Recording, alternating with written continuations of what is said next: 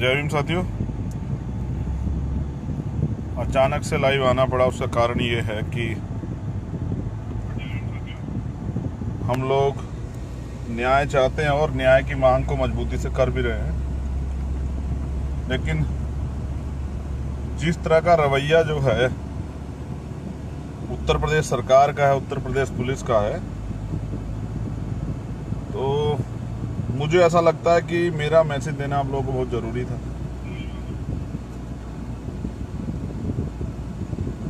Message यही है कि बहुत लंबे समय से ये अन्याय अत्याचार जो हैं दलित समाज पे तो हो ही रहे हैं, लेकिन बहन बेटियों पर ज़्यादा हो रहे हैं। और इसका सबसे बड़ा कारण यही है क्योंकि अपराधियों पर कानून का कोई दबाव नहीं है, कोई डर नहीं है उनको, जिसका खामियाजा जो है हर बार बहनों को अपमानित होकर, बेइज्जत होकर चुकाना पड़ रहा है। जैसे मैंने कहा कि अगर कहीं भी अन्याय होता तो वो न्याय के लिए खतरा बन जाता है। उत्तर प्रदेश हो या कोई अन्य प्रदेश हो, सभी जगह पर कमजोर वर्ग के लोगों का जिस तरह शोषण किया जा रहा है। मैं अगर बात हाथरस की घटना करूं, पहले अगर शुरुआत हाथरस की घटना से करूं क्योंकि बड़ी घटना है, जब तक जिंदा थी तब तक तो न्याय नहीं मिला। अब वो आज हमारे बीच में नहीं है, हमारी बहन, वो बाबा साहब की शेरनी आज हमारे बीच नहीं है, लेकिन उसकी न्याय की आवाज़ कमज़ोर ना पड़ जाए, उसके साथ अन्याय ना हो, ये हर उस भाई की जिम्मेदारी बैठती है जो बहनों से प्यार करता है। और पूरा देश और दुनिया में ये एक रिश्ता है बहन भाई का, जिसको दुनिया का सबसे पवित्र रिश्ता माना जाता है। तो आज मैं अपने लोगों को ये मैसेज देना चाहता हूं कि मेरी जो बहन है, मैं नाम नहीं ले सकता हूं क्योंकि मुझे अधिकार नहीं है, जब तक उसको हम लोग न्याय नहीं दिला देंगे। हाथरस की हमारी पीड़िता बहन, बलरामपुर की हमारी पीड़िता बहन,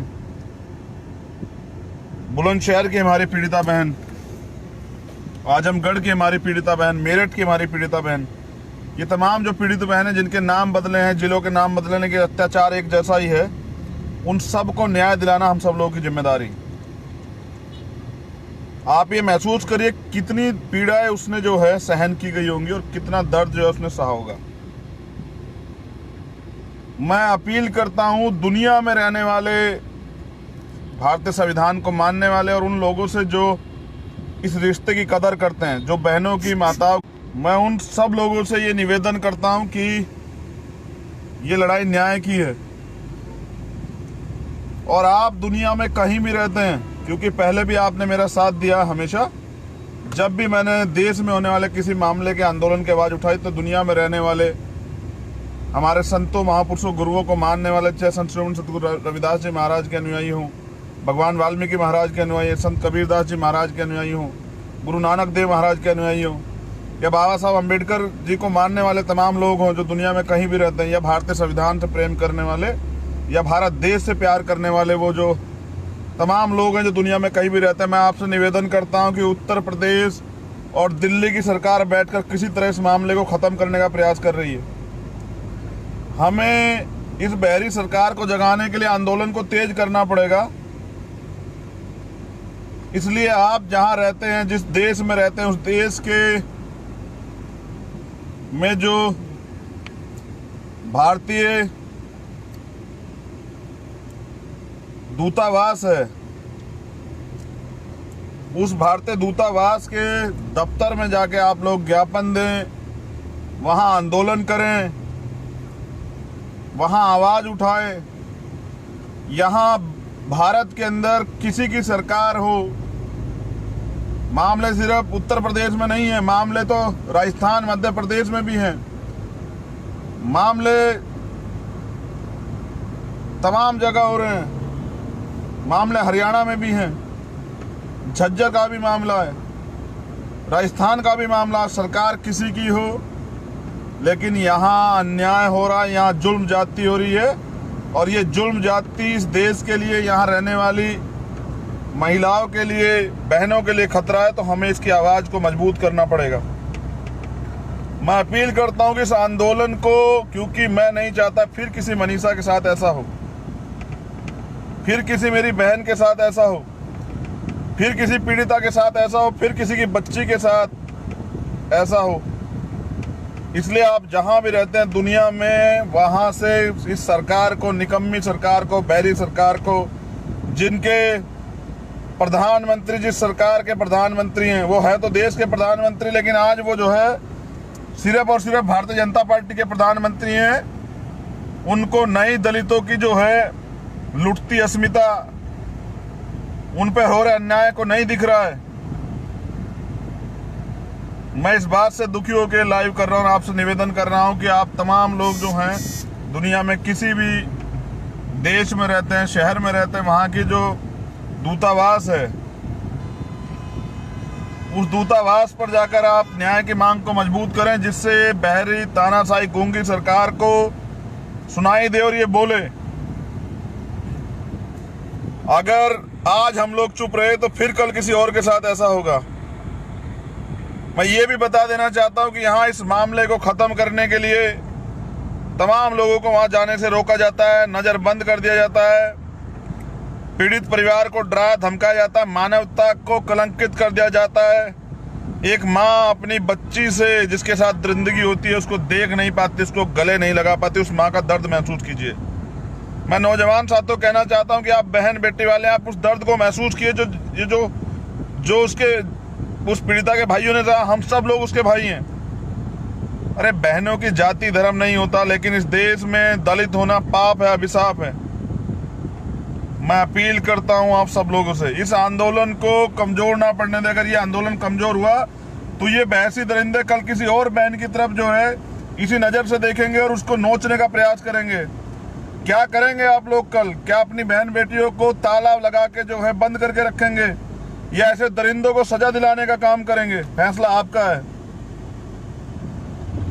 आप दुनिया में बैठे लोग देख रहे हैं,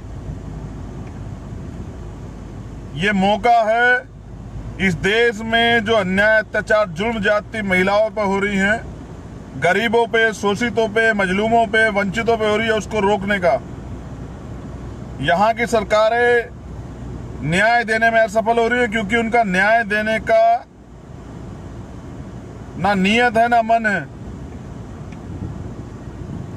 यहाँ लोकतंत्र है और लोकतंत्र में न्याय जन्मसिद्ध अधिकार है, लेकिन ऐसा कुछ भी नहीं दिखाई दे रहा है।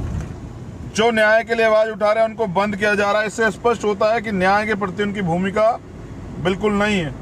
और जिस तरह से एविडेंस मिटाने का काम किया गया, पीड़ितों की असहमति के बाद फूल की तरह पालते हैं एक माँ बाप अपनी बच्ची को और पलकों पर रखते हैं भाई उसको, उसकी आंख से आंसू नहीं निकलने देते। कितनी दरिंदगी जो है यहाँ बहनों के साथ हो रही है। और ऐसे नीच लोगों की जो जमानत की बात करते हैं, ऐसे नीच लोगों की जो हितैषी होने की बात करते हैं, उनके मानव होने पे मुझे शक है। ये मुझे कड़े शब्दों में कहना पड़ रहा है कि महिलाओं पे अत्याचार करने वाले पुरुष नहीं हो सकते, नपुंसक हो सकते हैं। जैसा अपराध किसी की बेटी के साथ करते हैं, अगर वो अपराध किसी कारण से आपके परिवार में किसी के साथ हो जाए तो कैसा महसूस होगा आपको?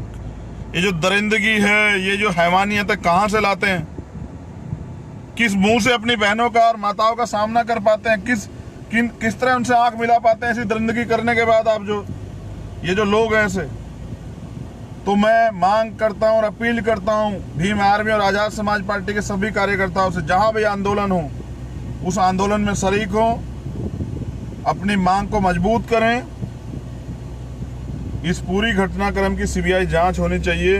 आरोपियों को बचाने का प्रयास किया जाए। जो अधिकारी कर्मचारी सम्मिलित हैं उनको जो है उन पे मुकदमे दर्ज होने चाहिए, उनको जेल भेजना चाहिए, जिससे कि और कोई अधिकारी ऐसा ना करे।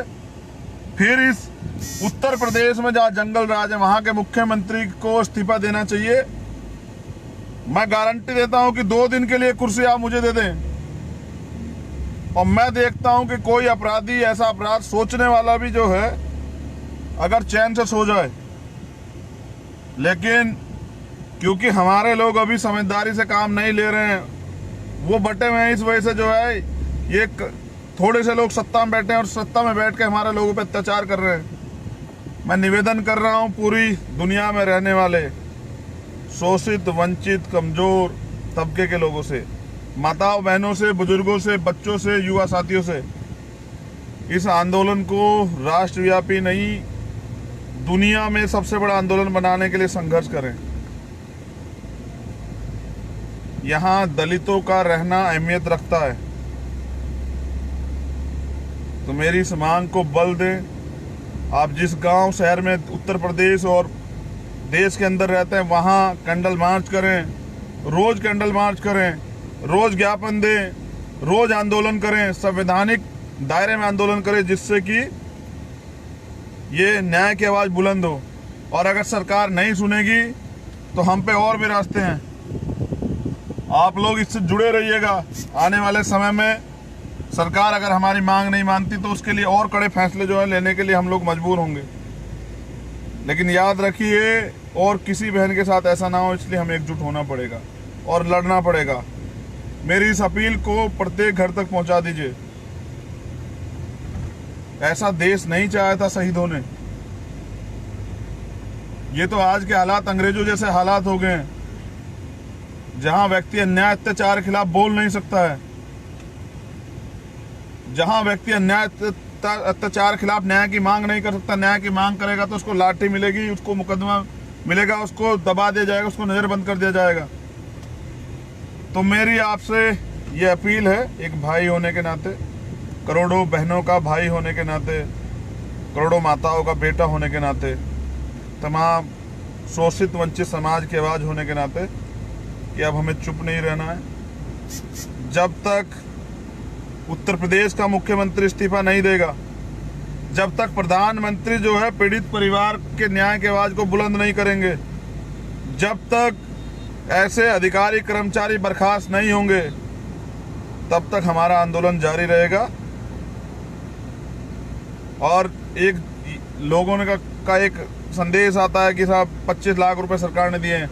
मैं जिम्मेदारी से कहता हूं कि अपराध को बचाने के लिए प्रशासन के लोगों ने लिए हैं, वो मुंह खोलकर बताए। उनके वजन के बराबर पैसे जो है हम लोग देने का काम करेंगे। लेकिन इस देश में अगर हमारे लोगों के साथ अन्याय होगा, हमारी बहनों के साथ अन्याय होगा, फिर न्याय नहीं मिलेगा, तो हम लोग अपने प्राणों की बाजी लगा देंगे। लेकिन इस देश में महिलाओं के प्रति जो है सुरक्षा की भावना महिलाओं के अंदर आ गई है, उस असुरक्षा की भावना को खत्म करना पड़ेगा। मेरी बहुत बहुत मंगल कामना आप सब लोगों को, जो लोग संघर्ष कर रहे हैं।